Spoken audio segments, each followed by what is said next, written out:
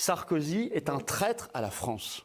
C'est un homme qui, quand il était au pouvoir, nous a remis dans le commandement intégré de l'OTAN contre la décision de De Gaulle.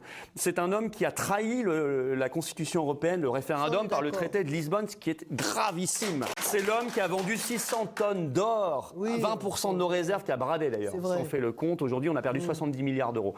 C'est l'homme qui nous a fait cette guerre de Libye, que moi je condamnais à l'époque. En temps réel, on n'était pas beaucoup, qui a dézingué, qui a tué un chef d'État, quoi qu'on en pense. Enfin, tout ça est déshonorant pour la France. Alors quand on me dit c'est pas digne d'un président de la République d'être en prison, c'est vrai.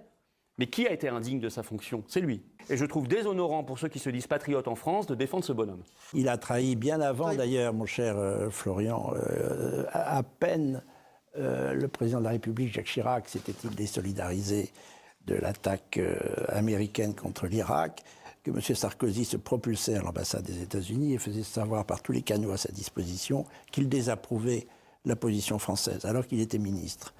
Qui ne mérite pas, madame, qu'on l'appelle ancien président de la République. Et il a trahi la France et il méritait la prison depuis longtemps. Sarkozy a supprimé la haute trahison de la Constitution française. C'est lui qui l'a fait. On comprend bien pourquoi. Bien sûr. Parce qu'il, oui, bien sûr, c'est lui qui l'a supprimé en 2008 par une révision constitutionnelle. Il a fait supprimer la haute trahison parce que c'était que l'État, la France, tout ça, ça ne lui parle pas. C'est pas un homme qui a servi l'État. C'est un homme qui s'est servi et qui a servi ses maîtres. Et c'est pas la seule affaire. Quand vous apparaissez dans une dizaine d'affaires, c'est bien qu'à un moment, il y a un problème quand même avec vous.